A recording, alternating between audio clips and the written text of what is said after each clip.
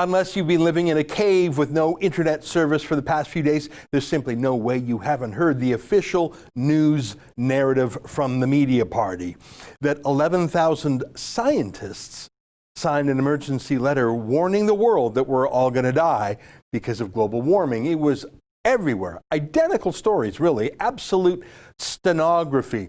It's like they just republished a press release verbatim. Here's just one example from Justin Trudeau's CBC state broadcaster in Canada, but all the networks were just as bad. Here, listen to this kook read the news. Listen to her tone of voice.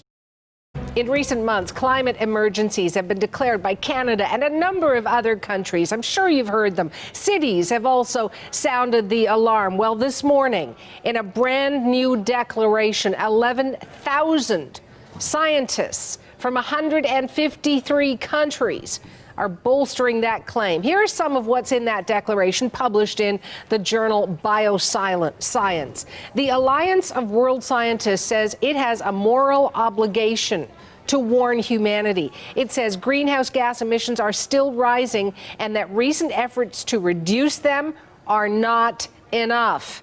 The declaration also says the climate crisis is accelerating faster than many scientists predicted, that it's caused even more damage than many had feared. The Alliance says it had to speak out. Why? Because climate change is threatening ecosystems and, get this, the fate of humanity. Scary words there. The fate of humanity. CBC senior science reporter Nicole Mortellaro is going through this report. And Nicole, I know it's a big one, lots of dense information, but 11,000 scientists signed on. That's got to mean something. What a nut. Her name is Suhana Maharshand. It won't surprise you to know that she's the ex of Adam Vaughan, an extremist MP from Toronto. What an incestuous little world it is, the CBC and the Liberal Party. But let's slow down what she said a bit. It wasn't a big report, in fact. It's not a big report at all. It's not research. It's not a study. It has a few charts in it, but there's no research, nothing new here. It's an op-ed, an opinion editorial. Here's the actual publication, as seen on the Oxford University Press website that published it. Do you see the category it's in? Do you see that? It says right there, viewpoint. You see that in yellow at the bottom? Viewpoint. It's not a study. It's a rant. If you click on it, you can view it as a PDF. And you can see again, right at the top, we put it in yellow. It says viewpoint, right? And let me read the first few sentences to show you how science-y this is. Scientists have a moral obligation to clearly warn humanity of any catastrophic threat and to tell it like it is. On the basis of this obligation and the graphical indicators presented below, we declare, with more than 11,000 scientist signatories from around the world, clearly and unequivocally that planet Earth is facing a climate emergency. Yeah, that's not scientists, not how scientists talk. Those are political words. But just a quick point. You heard that government journalist, Suhana Maharshand, talk about what a big report it was. It's not big. It's 4 short pages long, of which half are ultra-simplified charts, dumbed down for journalists. It's not a heavy report. It's very light. It's a press release pretending to be a study. Oxford University Press clearly marked it as an editorial viewpoint. It's obvious that Maharshand herself never even looked at it, let alone read it. Now, I'm skeptical about anything the CBC says because not only are they media, which is bad enough, but they're state media. They're like Al Jazeera or Pravda. In fact, I don't know if you've noticed this, but now YouTube even puts a warning label under every CBC News video online, just like they do for Al Jazeera, pointing out that the CBC is a government broadcaster. A bit of a warning to you that you're watching propaganda. Anyways, this Alliance of World Scientists that put out this short study, not a study, it's a propaganda letter. Have you ever heard of the Alliance of World Scientists before, ever? Ever seen them, publish any studies, hold a conference? Have you ever met a member of this or seen one on TV? Ever heard of them at all? Try Googling them. You just won't find it. It's not a thing. It's this. It's a one-page homemade website set up by some guy in the forestry department at Oregon State University. It's a blog, but not even. It's just one page. It exists so that every time they publish another editorial like this, they can get thousands of strangers to sign it. But it sounds more impressive to say Alliance of World Scientists rather than we got some random strangers on the internet to click like. Seriously, scroll down and it says, we invite all scientists to sign a short article on climate change. Do you see that? That's what they do. That's all they do. It's not a real thing, this alliance. Well, I clicked on that button to sign the letter because I'm a scientist. What's the definition of that word anyways? But as you can see, when you click on it, it says signatures currently disabled because the letter is now being published. But if that's really who those 11,000 people are, just people on the internet, and if that's all this report is, a short editorial that they keep publishing every few years, I'm sorry, but that's a joke. But it sure was important for the propaganda to say there were 11,000 scientists signing this.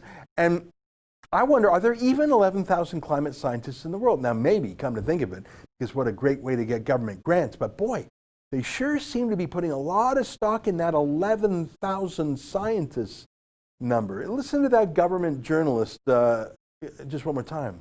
11,000 scientists, but 11,000 scientists, 11,000 scientists, 11,000 scientists. Yeah. So you're saying there were 11,000 scientists who agree with you from more than 150 countries, and that 400 of them were from right here in Canada. Well, then I guess the debate's settled then, because I guess that's how science works. Scientists have a vote by clicking like on the internet, and that's how they settle empirical questions. Well, like I say, this wasn't a scientific experiment or research, it's just an editorial viewpoint. So I was curious. I know you're not supposed to question things, but I'm a natural skeptic. So I clicked on the list of scientists who signed this letter. It's right there on the Oxford University Press website. And indeed, it has thousands and thousands of names in it. I didn't want to read them all. But you know, I actually took the time to go through and I looked at every single name from Canada. It took me a couple hours and I just started typing a few names into Google. Who are these scientists? And don't worry, I'm not going to show you all of them, but let me just show you some of my favorite people who are amongst those 11,000 scientists. Scientists, scientists, scientists, scientists, scientists, scientists, scientists. I just started going through alphabetically.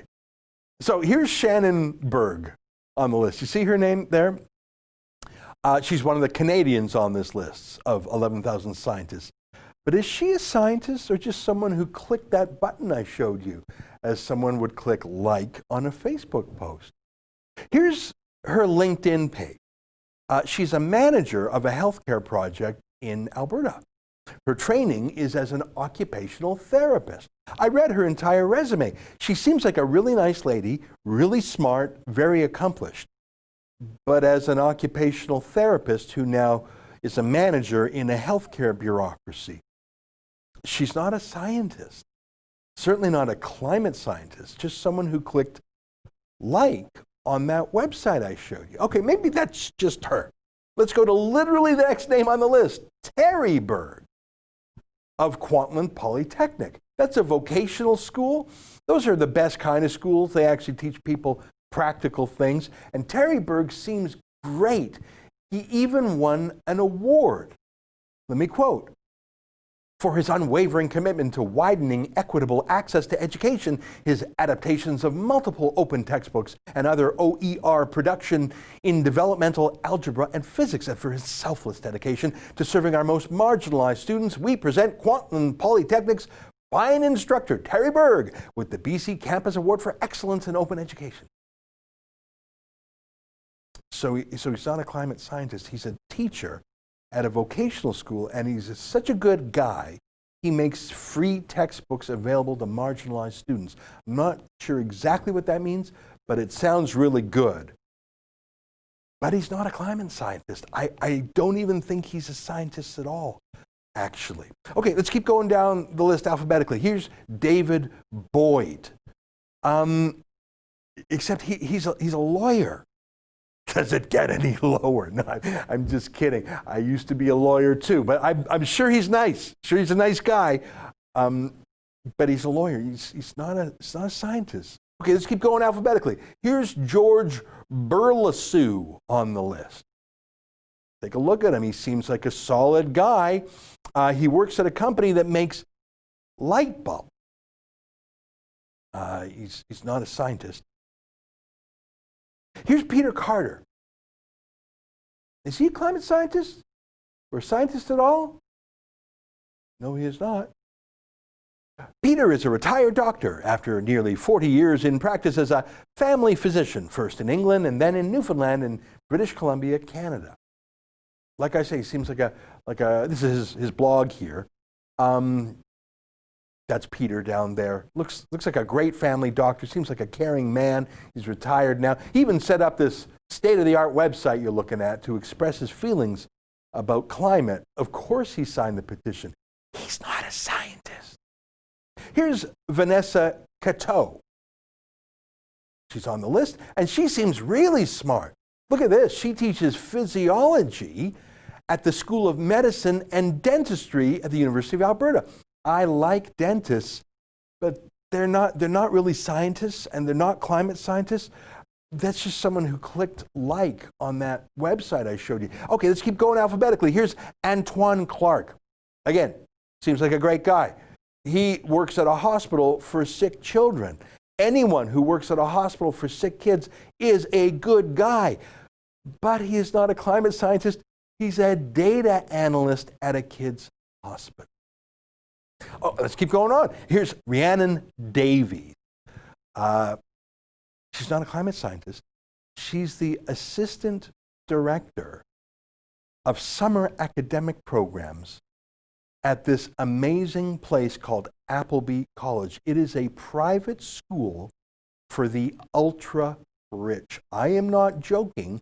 Tuition for their high school program is as high as $74,000 a year for high school. So yeah, not a climate scientist, but pretty cool gig. Here's the next one. Here's a woman with the wonderful name, I got to pronounce it carefully, Viva Cunliffe. And here's her LinkedIn page. She seems interesting. She's the CEO of something called Green Carbon. Her bio says she's the chief scientist for GC Green Carbon, Inc. And she is a focused, energetic, and talented scientist who identified the thermostat of the planet in 2018. Now that sounds pretty sciencey. I've got to admit, I didn't know that there was such a thing as a thermostat of the planet. Maybe that's just another way of saying the sun. But she would know, after all. She has multiple degrees from Atlantic International University. Have you ever heard of them before, Atlantic International University? Me neither. But it's not really a university as you or I know it. It's got a mailing address in this office tower in Honolulu, which, as you know, is not on the Atlantic. It doesn't have a campus, and how do I put this? It's not accredited. It is not a real university. It is a diploma mill. If you pay them $6,500, they will give you a bachelor's degree. If you pay them $8,000, poof, you're a doctor. I'm not saying that Viva Cunliffe isn't nice or smart, or that she hasn't found the thermostat of the planet. In fact, come to think of it, she's actually 100% perfect. She's the perfect person to sign this global warming freakout letter by the fake Alliance of World Scientists that is then peddled by the fake news outlets. I take it all back. Viva Cunliffe is perfect for this petition. Speaking of go-getters, here's William Knapp. Who's he? His LinkedIn page says he graduated with a statistics degree in the 1970s, and then he worked for DuPont for 35 years. But for the past 12 years, he's been the boss of BioH2Gen. No idea what it is, but here's his website, and he says he's looking for money. Maybe he should sell some degrees to Viva Cunliffe. Next on the list, I'm going alphabetically, here's of Canadians, here's Alexander Diaz. He's a student. He's studying education. It's a good idea. In his free time, he's a running instructor. He seems like a nice guy, not a scientist. Here's Anne Erickson on the list. See that? She's a kids author who specializes in climate hysteria. A global warming scientist? No. Well, yes, if you believe the CBC. Here's Antonia Mills. She seems nice. Reminds me of that Democrat Marianne Williamson. You know who I'm talking about? I'm going to harness love for political purposes. I will meet you on that field, and sir, love will win. I like her. Anyways, Antonia Mills, she's an expert. How do I say this? I just come right out and say it. She's an expert in reincarnation. I'm serious. Let me quote from her biography. She has been awarded a Shastri Indo-Canadian Institute Fellowship for a longitudinal study of young adults who were said to remember a previous life. She teaches undergraduate and graduate courses and one on Indigenous perspectives on reincarnation and rebirth at both levels. Climate scientist? Yeah, close enough for the CBC. Speaking of feelings, Mariko Visserman is on the list. She seems amazing. Here's her biography. I currently work as a postdoctoral fellow at the University of Toronto and York University, Toronto. I study romantic relationships with a central focus on sacrifice, e.g. balancing self and relationship interests, perceptions of partner sacrifice experiences and intentions and determinants of gratitude in response to partner sacrifice. On the one hand, I absolutely can't believe our tax dollars are going to pay for that. And then, on the other hand, I guess that's sort of hot. I don't know. Climate scientists? Well, global warming, I don't know. Here's Mark Stoddard on the list. He's a sociologist. Here's Vicky Husband on the list. She's an eco-activist. Here's Marina Cortez.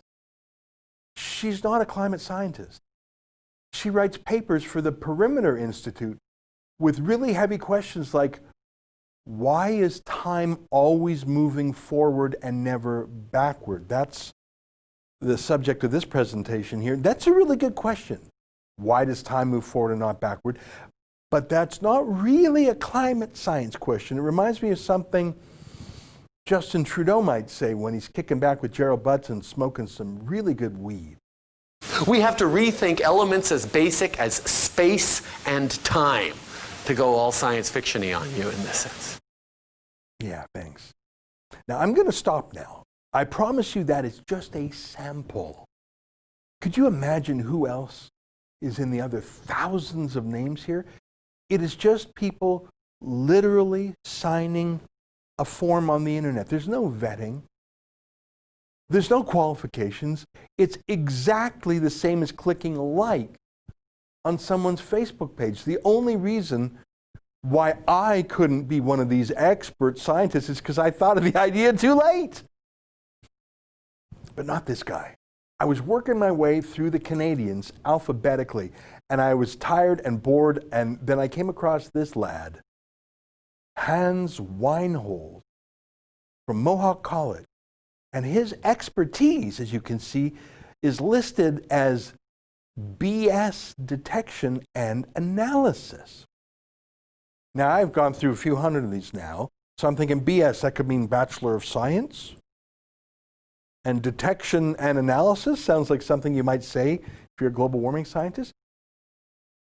But maybe it's just what it looks like. BS as in bullshit. I was already all the way down to the W's now, so I was tired, but I Googled the guy. And I found his Facebook page. That's him in the mask there, I think. And I don't know if you could see, but he put his job down as welfare. Well, so far, as you can see, I discovered no information to suggest he's not real. I mean, I already showed you some hardline lefty professors. So this guy's an Antifa goon in a mask, maybe, and saying he takes welfare? Well, tell me half these bureaucrats I've shown you do anything more than just waste your tax dollars all day, $100,000 a year in some useless field of study. I mean, I really like Mariko, but seriously, what's she doing studying relationships and posting selfies that 1,000 girls aren't doing on Instagram, but I don't have to subsidize them through my tax? But this guy, Hans Weinhold, is that him there? This is from his Facebook page. Is that him catching a fish? That's very environmental. But look at that hat. Is that a Trump hat? Does that make America great again? And what's this? Look at this picture. Is that an InfoWars shirt? And here he is in a yellow vest, and he's wearing a Make Canada Great Again hat. I think that's one of ours here from the Rebel. And look at this from his Facebook page. I won't even read it. I'll just let you enjoy it. My friends, I think I found the one guy on the entire list of 11,000 people who has a sense of humor, who signed it as a joke to prove it was a joke. I actually think he's probably kidding about being on welfare too. I went through his Facebook page and he praises hard work and scoffs at politicians and know-nothings. I literally sifted through hundreds of self-righteous, self-important know-nothings, every single one of them living on the government dole in some way. They were the real welfare recipients, and not a single one of them a climate scientist at all. 11,000. No, sister. There weren't 11,000 climate scientists signing a report. There were 11,000 bored bureaucrats taking a break from playing solitaire at work, who clicked like on some editorial they didn't even read, and that was then breathlessly repeated by journalists who didn't read it either. And not a single one of those journalists bothered to check who these 11,000 scientists are. Yeah, it's 10,999 virtue signaling prats, and one practical joker from Hamilton who loves him his Trump hat.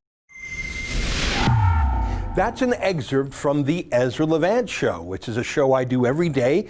I do a monologue, interview an interesting guest, and then I read my hate mail. But you've got to subscribe to it, which you can do at premium.rebelnews.com.